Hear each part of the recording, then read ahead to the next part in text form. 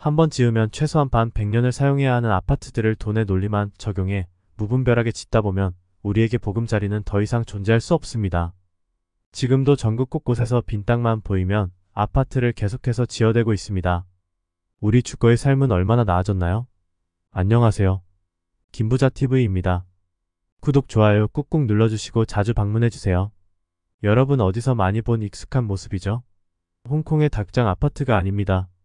여기는 대한민국 수원입니다. 너무 빽빽하게 지어서 우리나라의 대표적인 닭장 아파트로 불리는 화서역 파크푸르지오입니다. 아래층에서 위로 올려다보면 현기증이 날 정도로 창으로 빼곡한 초고층 아파트입니다. 여기는 악명 높은 홍콩이 닭장 아파트입니다. 홍콩은 땅이 부족해 고밀도 개발을 하면서 그 유명한 닭장 아파트가 탄생하였습니다. 하지만 홍콩보다 100배는 넓은 우리나라에도 앞으로 이런 닭장 아파트들이 많이 늘어날 예정입니다. 닭장과 우리가 사는 닭장 아파트와 차이가 있나요? 화서역 파크푸르지오는 46층 높이의 총 2355가구 대단지 아파트입니다. 이 아파트가 주목받는 이유는 용적률이 무려 499%, 건폐율 23%로 고밀도로 건설되었기 때문입니다. 화서역 초역세권 단지이고 주변에 공원 편의시설들이 잘 갖춰져 살기는 좋습니다. 이 아파트의 전용 면적 84제곱미터는 과거 12억까지 찍었다가 현재 10억 원대에 거래 중입니다. 분양가 5억 3천만원 대비 약 4억 이상 높습니다. 동강 간격이 워낙 좁다 보니 옆동이랑 창문 열고 하이파이브까지 가능하다는 우스갯소리도 나옵니다. 동강 거리가 짧아 사생활 침해가 발생할 수 있다는 의견이 있습니다. 맞은편 동의 집이 다 보여서 대부분 커튼을 치고 생활하고 있습니다. 이 아파트의 경우 전면부에 있는 동을 제외하고는 햇빛이 거의 잘 들어오지 않습니다. 닭장 아파트의 가장 큰 문제점으로 꼽는 부분이 일조권입니다. 6층에 사는 주민의 경우 해가 오전에 2시간, 오후에 잠깐 들어오고 끝이라고 합니다. 반면 38층 거주자의 경우 높은 곳은 해가 들어와서 별 문제가 되지 않는다고 밝혔습니다. 낮 시간인데도 그림자가 옆동에 드리워져 있습니다. 낮 시간에 아파트 단지 안에 들어가면 옆동 건물들에 막혀 어두컴컴합니다. 저층의 경우 일조권 침해가 심각한 상황입니다. 그러다 보니 낮 시간에도 불을 켠 세대를 볼 수 있습니다.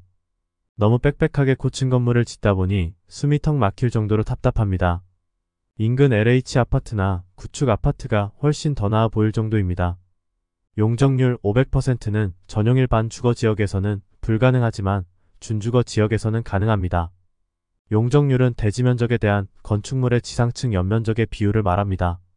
지상층 연면적은 모든 층의 바닥 면적을 합한 것으로 용적률이 높아질수록 층수도 높아지게 됩니다.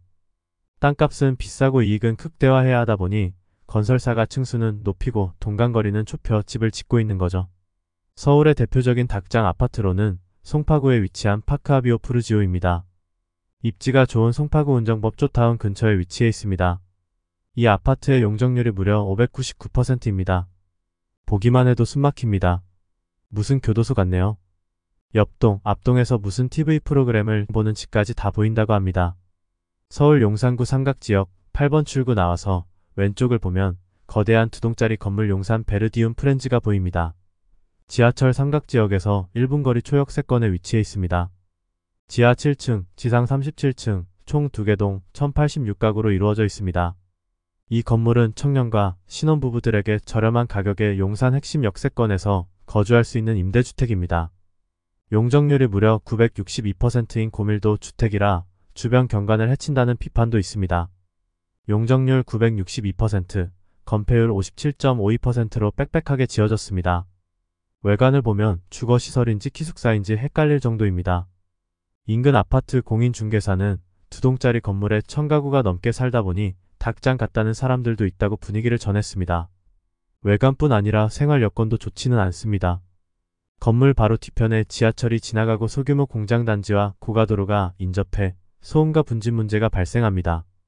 인근에 거주 중인 신모 씨는 창문을 닫으면 참을 만하지만 창문을 열어놓으면 열차가 지나갈 때마다 소음이 상당하다. 화물을 실은 열차가 지나갈 때는 소음 정도가 더 심하다고 합니다. 서울 핵심 입지인 용산 역세권에 위치해 있는데 비해 가격이 너무 저렴해 임대 경쟁률이 100대 1을 기록했습니다. 용적률 별로 아파트를 보면 과천주공 10단지의 경우 용적률 86%로 전원주택 같은 느낌으로 아주 쾌적합니다. 서울 대부분 아파트의 경우 용적률이 200% 이상으로 동간 간격이 어느 정도 떨어져 있어 살만합니다. 왕십리 자이가 227%입니다. 하지만 용적률 300% 이상부터는 슬슬 숨이 막히는 느낌입니다. 400% 이상부터는 숨이 턱 막힐 정도로 답답하고 동간 간격이 매우 좁습니다. 용인 이편한 세상수지의 경우 용적률이 443%로 입주민 후기에 옆동 내부가 훤히 들여다보여 커튼을 치고 산다는 하소연이 많습니다. 전문가들은 고층 아파트의 적정 동간 거리를 70m에서 80m로 봅니다. 그래야 적절한 조망권과 일조권, 사생활 보호가 가능하기 때문입니다. 하지만 요즘 아파트는 이런 조건을 맞춘 곳이 거의 없습니다. 동탄, 판교, 광교, 인천 청라, 세종 등 서울보다 개발 용지가 넓은 신도시도 동간거리가 30m 좌우인 곳이 대부분입니다. 지금까지 그나마 유지되었던 최소한의 사생활 보호도 앞으로 쉽지 않을 것 같습니다. 동간거리 조건을 크게 완화한 건축법 시행령이 시행되기 때문입니다. 국토부는 사생활 보호와 화재 확산 방지 등을 위해 최소 동간거리 10m를 유지하도록 했습니다. 과연 10m 거리에서 우리들의 사생활이 온전히 보호될 수 있을까요? 재건축의 경우 수익을 극대화하기 위해 용적률을 높여 최대한 높게 지어 닭장 아파트를 양산하고 있습니다.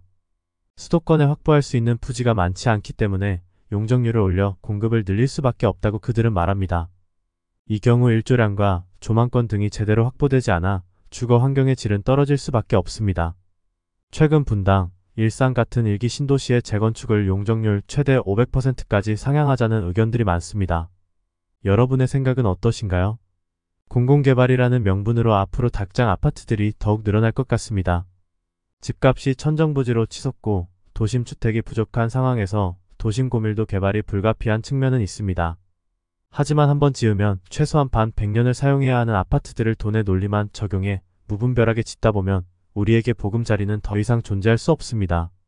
지금도 전국 곳곳에서 빈 땅만 보이면 아파트를 계속해서 지어대고 있습니다.